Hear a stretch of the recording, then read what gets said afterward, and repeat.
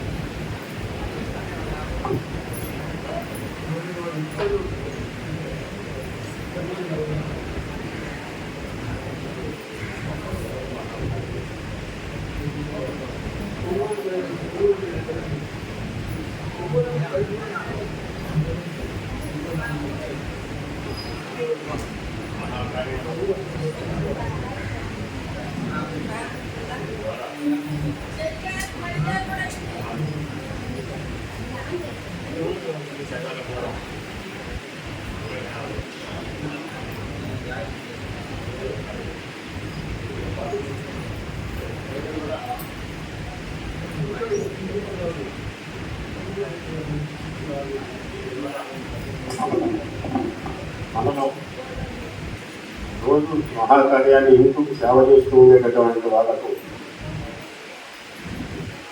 గొప్ప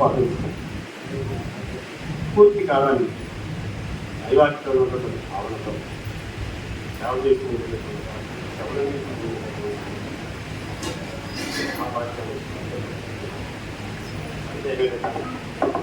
నిర్మాణం ఉద్దేశం కూడా అదే. రాముడు అందరికీ కార్యాన్ని శ్రవణం చేసేటువంటి అందరికీ కూడా ఒక గొప్ప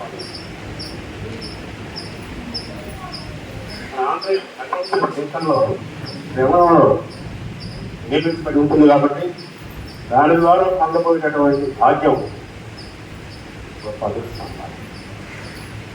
ఎందుకంటే అదృష్టం అంటే భగవంతుని యొక్క ఆశిస్తులు మన ఎడల సర్వత్రా మనకు చేసిపోయి ఆయన యొక్క ఆశిస్తులు మనకు కలిగించాలి. ఎంత అదృష్టం అది! భగవంతుని యొక్క ఆశిస్తులు మన పైన ఉంటాయి. ఎంత అదృష్టం! మన జీవితం పవిత్రం అవుతుంది. అంటే ఈ భాగ్యంలో అందరూ కలుసుకొని శ్రవణం చేసి కార్యాన్ని దూరం తీసుకొచ్చి పూర్ణ సమయంలో అందరూ ఉన్న సేవ చేసుకొని జరగబోయే మహాకార్యాన్ని కూడా అందరూ దగ్గరగా వాళ్ళ వరకు సేవ చేసి కరెంట్ చేసుకోవాలని ఆశించి చాలా అనిపిస్తున్నాను నేను.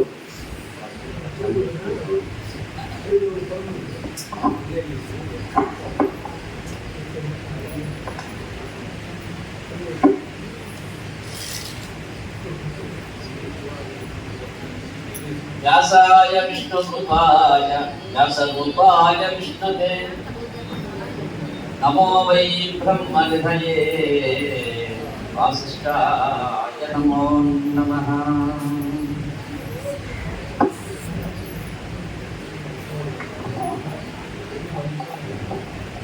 కృష్ణాయ వాసుదేవాయ హరయే పరమాత్మనే ప్రణతః క్లేశనాశాయ గోవిందాయ నమో నమః.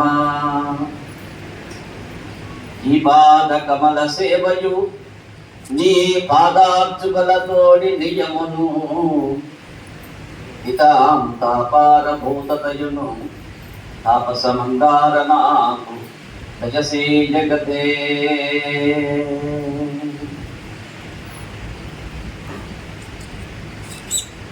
వందే హనుమంతమపి ద్విహస్తం తామ్రానణం స్వర్ణ నిపంచముఖ్యం స్థితజ్ఞకౌపేన ధరం కపీశం కుండలశోభికర్ణం. హనుమానంజనాసూనో వాయుపుత్రో మహాబలః రామేష్ట ఫల్గుణసఖః పింగాక్షో అమితవిక్రమః ఉదతిక్రమణైశ్చైవ సీతాశోకవినాశకాః లక్ష్మణః ప్రాణదాతా చ దశగ్రీవస్య దద్భః ద్వాదశైతాని నామాని కపీంద్రస్య మహాత్మనః స్వపకాలే పఠేత్ నిత్యం యాత్రాకాలే విశేషతః తస్య మృత్యుః భయం సర్వత్ర విజయీర్భవేత్ సర్వత్ర విజయీర్భవేత్.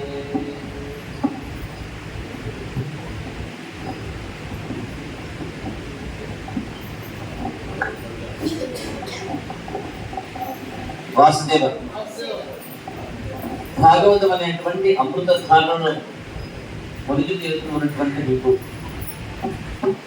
ఈ యొక్క జన్మలో మీకు ఆ యొక్క భాగ్యాన్ని అందించిన భగవంతుడైనటువంటి కృష్ణ పరమాత్ముడి యొక్క దివ్య పాద చరణ ధ్వజానికి సహస్ర దండ ప్రణామాలు అర్పిస్తూ మంగళాశాసనాలతో మనం ఈ రోజు యొక్క చివరి రోజు యొక్క శ్రవణ భక్తిలో కొనసాగుదాం. వాసుదేవ వాసుదేవ వాసుదేవ. జై బృందావన కృష్ణ చంద్రకు రుక్మిణీ మాయకి సత్యభామకు ఆంజనేయ స్వామికి వాసుదేవ.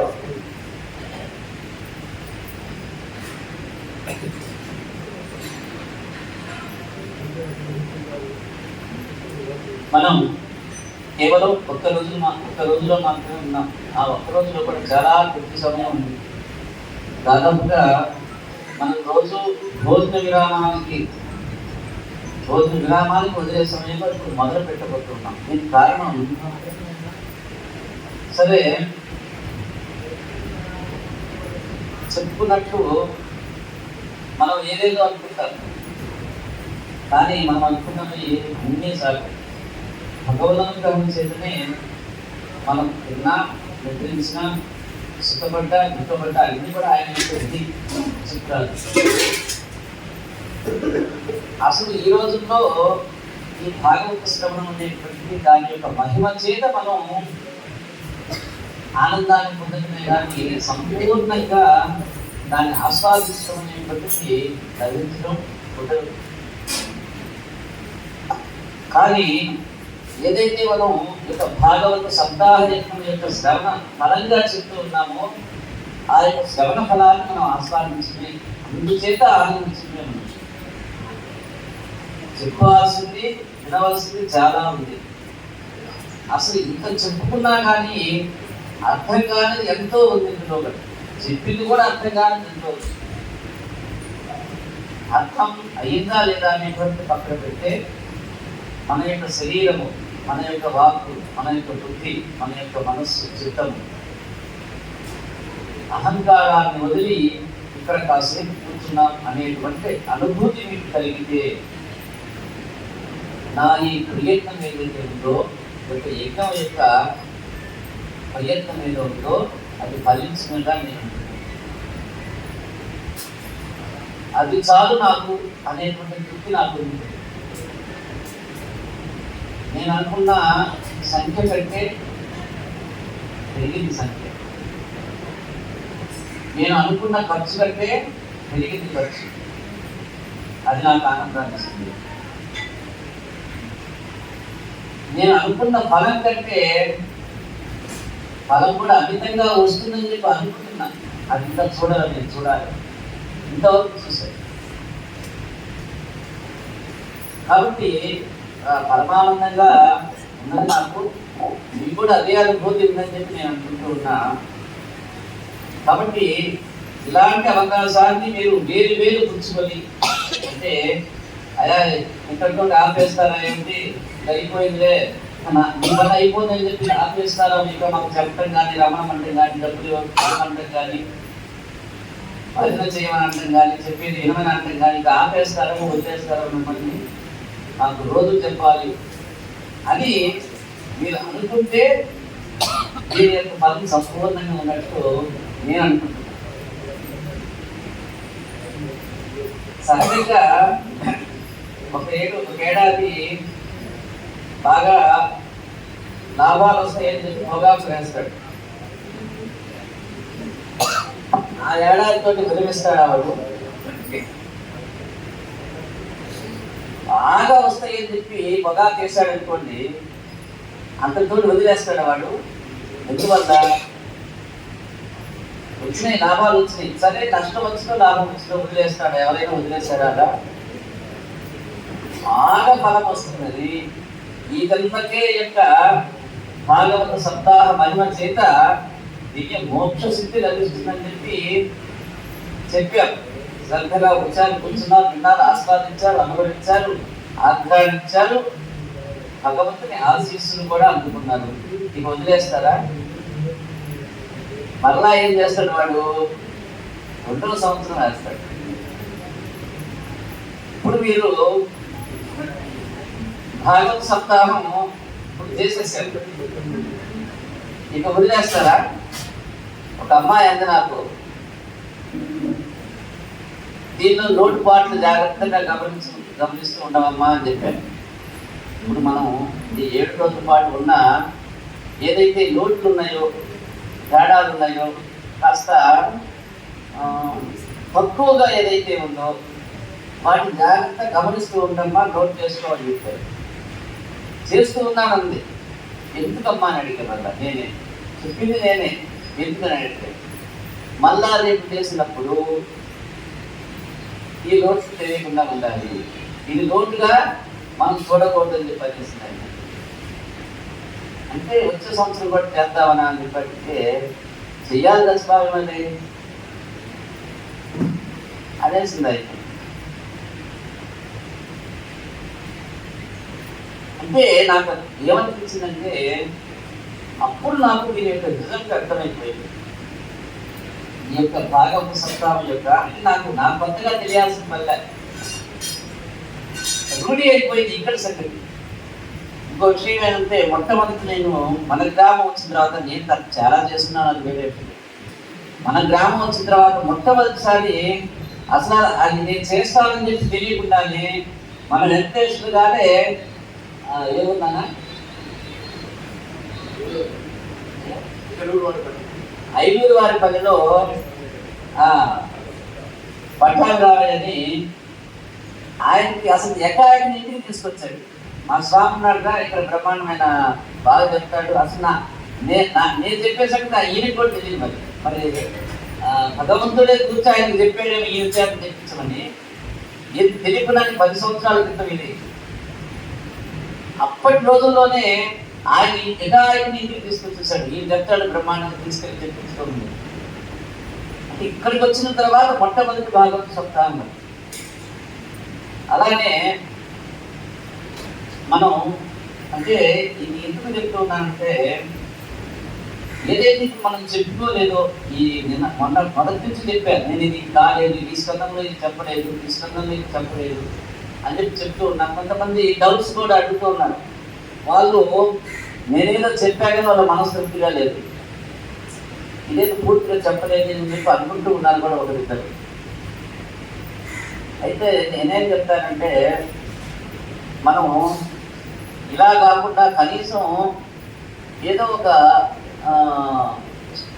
మరలా తిరిగి మొత్తం సంవత్సరం మొత్తం వింటము, పూర్ణంగా ఏది వదలకుండా ప్రతి పద్యము ప్రతి అర్థము చెప్పుకుంటూ సంవత్సరం పాటు చెప్పుకుంటే మళ్ళీ వచ్చే సంవత్సరం ఇదే రోజున ఒకరోజు పూర్ణాహుతి, 7 రోజుల పాటు కాకుండా ఒకరోజు పూర్ణాహుతి మళ్ళా చెప్పుకోవటము, లేకుంటే వారాల లెక్కనో ఏకాదశి లెక్కనో ఏదో ఒక నియమం పెట్టుకొని ఈ యొక్క కార్యక్రమాన్ని విడవకుండా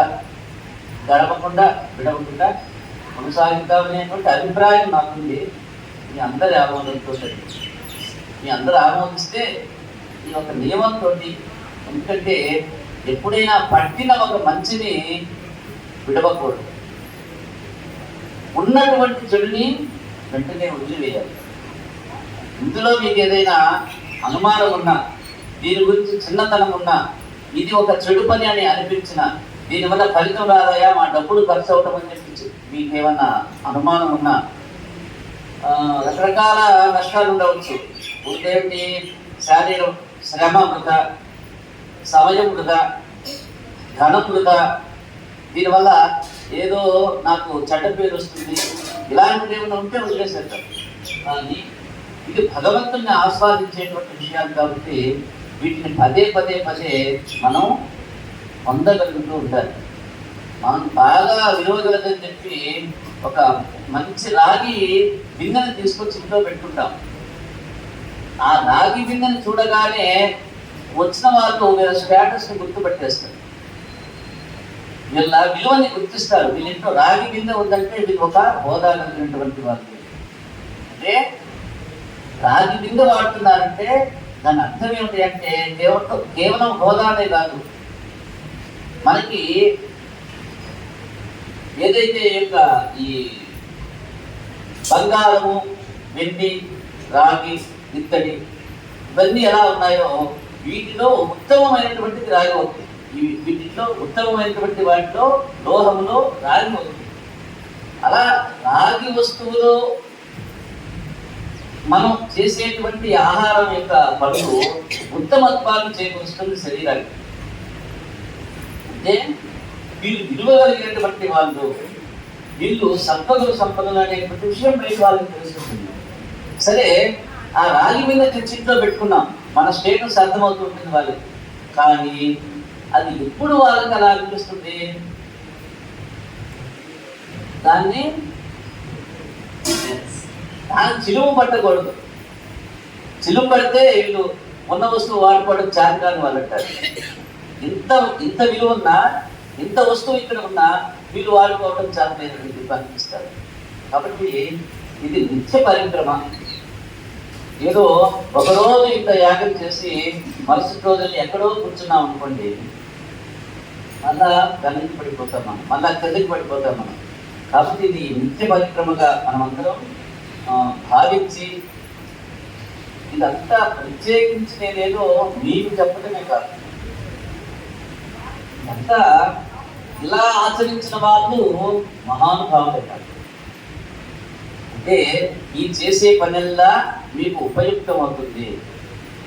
కాబట్టి ఆ మాటలో మిమ్మల్ని కూడా నడిపించాలి అనేటువంటి భావన చేత చెప్పేటువంటి మాటలు ఇవన్నీ దయచేసి మీరు స్వీకరించి ఈ విధంగా యొక్క భగవద్గీత యొక్క అనుగ్రహ ప్రాప్తిని పొందాలనేటువంటి భావాన్ని మరొకసారి మీకు విన్నవిస్తూ భగవంతుని సాగిద్దాం. వాసుదేవ వాసుదేవ వాసుదేవ. శ్రీకృష్ణ పరమాత్ముడు అనేక రకమైనటువంటి లీలల్ని అక్కడ నందమృదంలో చూపించాడు, బృందావనంలో. తర్వాత చిన్నగా ద్వారకకి చేరాడు.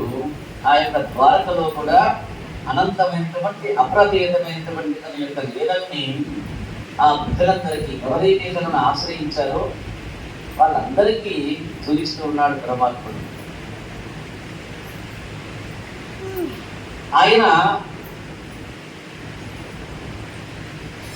ఇంద్రప్రస్థంలో ఉన్నటువంటి పాండవుల దగ్గరికి వెళ్ళాడు. వాళ్ళ రోజున వారణ నుండి పాండవుల చేత సేవింపబడుతూ ఉన్నాడు. ఆ రోజుల్లో ఒక చుట్టాలింటికి వెళ్ళామంటే ఒక 3 నెలలో 6 నెలలో ఉండాలి. ఎందుకని అక్కడి నుంచి ఇక్కడికి రావడానికి 2-3 నెలలు పడుతుంది, మళ్ళీ ఇక్కడి నుంచి అక్కడికి వెళ్ళడానికి 2-3 నెలలు పడుతుంది. అందువల్ల వచ్చిన వాడు ఒక 3 నెలలో 6 నెలలో అవుతుంది.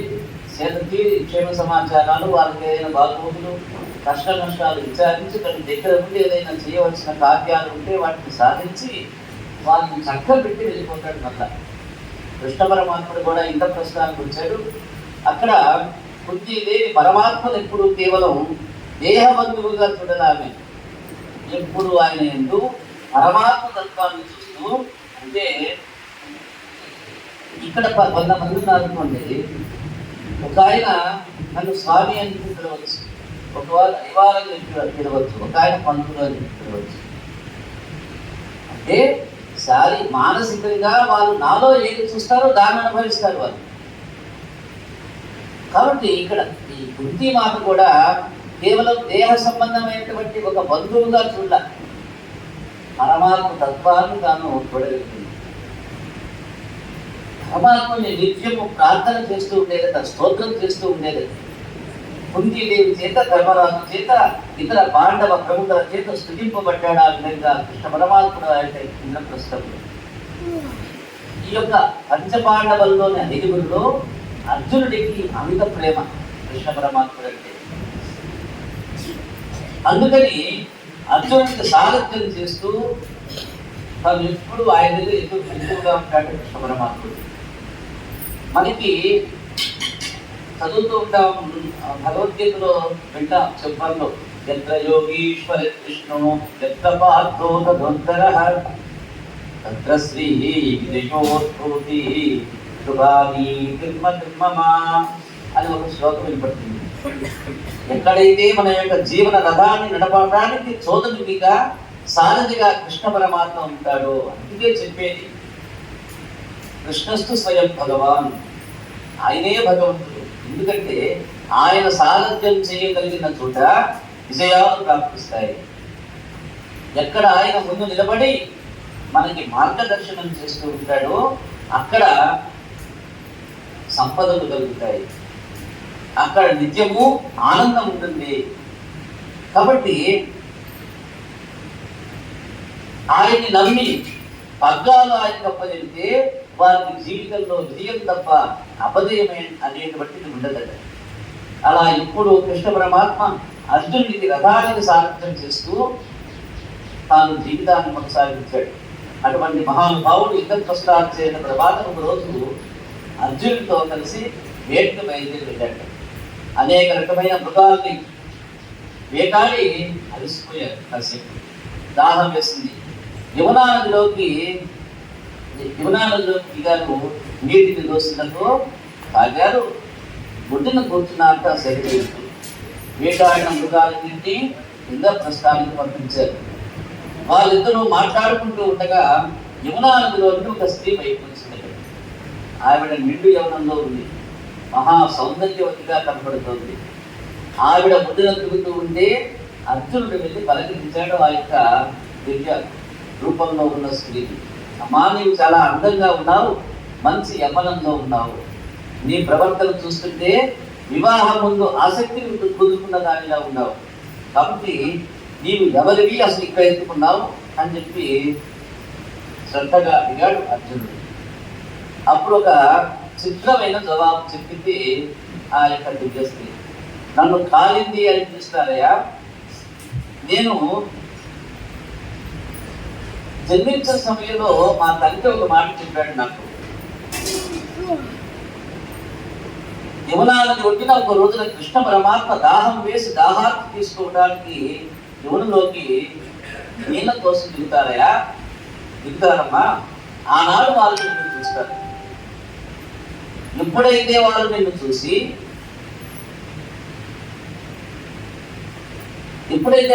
చూసి నిన్ను కుశల ప్రశ్నలు వేస్తారో నిన్ను పరిణయం చేసుకుంటారా అని చెప్పి మా తండ్రి గారు నాకు చెప్తే నేను విన్నాను. అందుచేత నేను కృష్ణుడిని భర్తగా పొందడానికి ఈ ఒడ్డున తిరుగుతున్నానయా అని చెప్పి అర్జునుడికి సమాధానం కాలింది అనేటువంటి ఆ యొక్క స్త్రీ. అప్పుడు అర్జునుడు కృష్ణ భగవాను గురించి, అదిగో అక్కడ ఒడ్డున ఉన్నాడే ఆ చుట్టు కింద కూర్చొని నీలమేఘశ్యామ వర్ణంతో చేతిలో పిల్లలతోటి ఆ యొక్క కిరీటాన ఆ నెమలి పింఛాన్ని ధరించి ఉన్నాడు. చూసావే, అదిగో ఆయన కృష్ణ పరమాత్ముడిని చూపించాడు. వెంటనే పరమాత్మ ఆమెను ద్వారకు తీసుకుని వెళ్ళాడు. పూర్వ వృత్తాంతాన్ని అక్కడ కాలిందిని వివాహం చేసుకున్నాడు. ఈ విధంగా అప్పటికి నలుగురు ఆ యొక్క కృష్ణ పరమాత్మని భాగ్యులుగా ఎక్కినారు. శాంబవతి, కాళింది, రుక్మిణి, సత్యభామ అనేటువంటి వాళ్ళు. తర్వాత ఒకసారి కృష్ణ పరమాత్మ ఖాండవ వనాన్ని దహించడం కోసం అర్జునుడిని తీసుకుని వెళ్ళాడు. ఖాండవ దహనం అయిన తర్వాత అగ్నిహోత్రుడు సంతోషించి గాంధీవాన్ని, అక్షయ బాణ తునీరాన్ని అర్జునుడికి బహుకరించాడు. కృష్ణుడు పక్కన లేకపోతే అర్జునుడికి శత్రు సంహారం చేయడానికి ఇతర సామాగ్రి రావడం కూడా కష్టమే. కాబట్టి కృష్ణుడు తాను శత్రు సంహారం చేసేటప్పుడు అర్జునుడిని శత్రు సంహారం చేయగల రీతిలో మలుచుకున్నాడు. అన్ని అక్షయ తునీరాలన్నీ సమర్పించాడు అర్జునుడు. ఇది కృష్ణుడిని ఆశ్రయిస్తే లభించేటువంటి లాభం. నీ యొక్క విజయం కోసం తను అన్ని సిద్ధం చేసి పెట్టాడు కృష్ణ పరమాత్మ.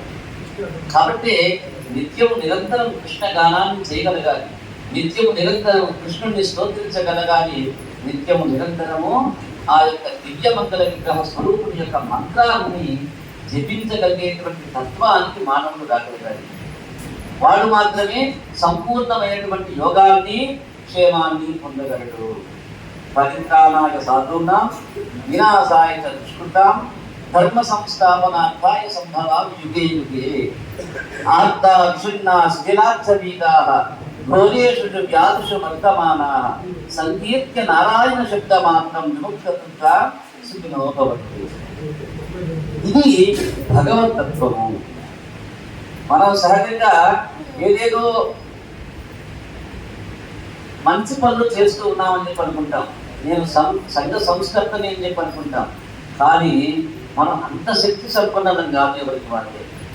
కానీ పరమాత్ముడు మనకు తాను ఏ కార్యం కోసం ఆ యొక్క అవతారాలలో ఆ యొక్క లక్ష్యం కోసం అక్కడికి వచ్చాడో సంపూర్ణమైనటువంటి శరణాగతి ద్వారా ఆయన్ని ఎవరు ఆశ్రయించినా వాడు తన యొక్క బంధువులు కావచ్చు, మిత్రుడు కావచ్చు, శత్రువు కావచ్చు, వాడు దీనుడు కావచ్చు, దరిద్రుడు కావచ్చు, ధనవంతుడు కావచ్చు, భాగ్యవంతుడు కావచ్చు, అతి బలహీనుడు కావచ్చు.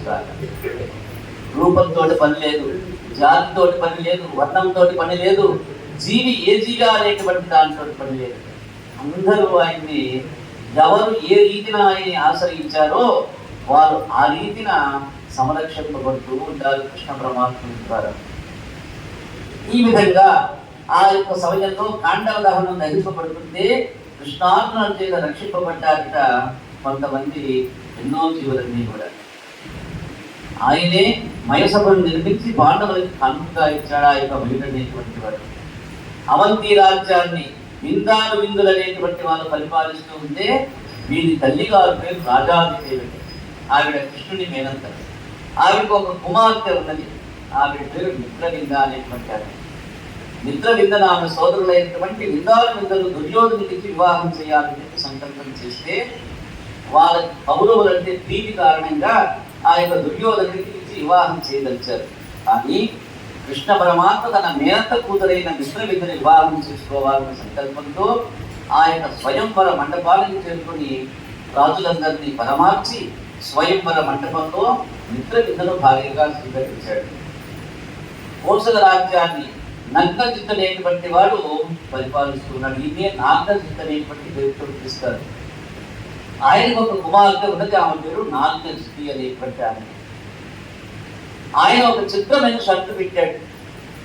నా కుమార్తెను ఎవరు వివాహం చేసుకోవాలని చెప్పి అనుకుంటారో వాళ్ళు నా దగ్గర ఉన్న 7 పొగలు మోతు ఎద్దుల పొగలు అరచి వేసి గెలుస్తారో వారిని నా యొక్క కుమార్తెని ఇస్తానని చెప్పి స్వయంవరం ప్రకటించాడు.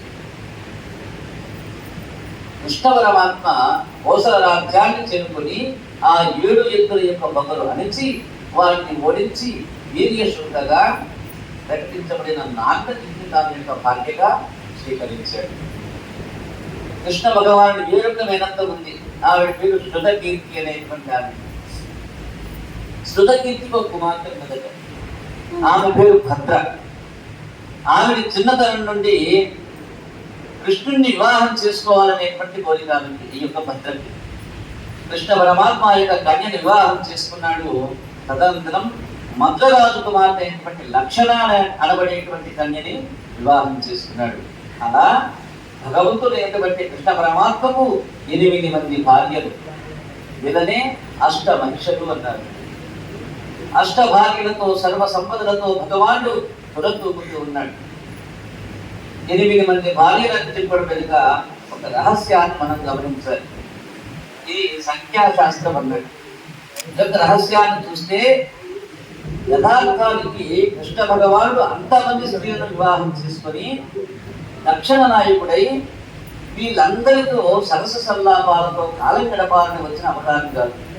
ఇంకా వచ్చాడు ఈ యొక్క కలియుగంలో అనంతమైనటువంటి రాజులు వారి యొక్క బల గర్వముల చేత సాధు సంతులని మొట్టమొదట ఏం చేస్తుంటారు, శిక్షిస్తూ ఉంటారు. అధర్మ పాలన ద్వారా ప్రజల్ని హింసిస్తూ ఉంటారు. ఏదైతే వేదం ఉన్నదో వేద ప్రమాణాన్ని అనుసరించకుండా, ఇప్పుడు మనం కూడా వేద ప్రమాణాన్ని వదిలేస్తూ ఉన్నాం, అలా వేద ప్రమాణాన్ని వదిలివేసి అపరమైనటువంటి విషయాల వైపు ఎక్కువ ఆసక్తి చూపిస్తూ ఉంటారు. ఎప్పుడైతే ఈ అధర్మం అనేటువంటిది పెరిగిపోతూ ఉందో దుష్టుడు తన యొక్క దుష్టత్వాన్ని ప్రకటిస్తూ ఉంటాడు, శిష్టుడు ఏడుస్తూ ఉంటాడు, కష్టపడిపోయి ఇంట్లోనే దాక్కోవాలనేటువంటి తత్వంలో ఉండిపోతాడు. అప్పుడు ధర్మము నశించిపోయినట్టు.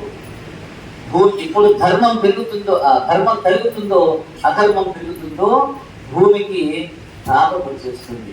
భూమికి తాపం వస్తే ఆ యొక్క విశ్వమంతా క్షామం వచ్చేస్తుంది.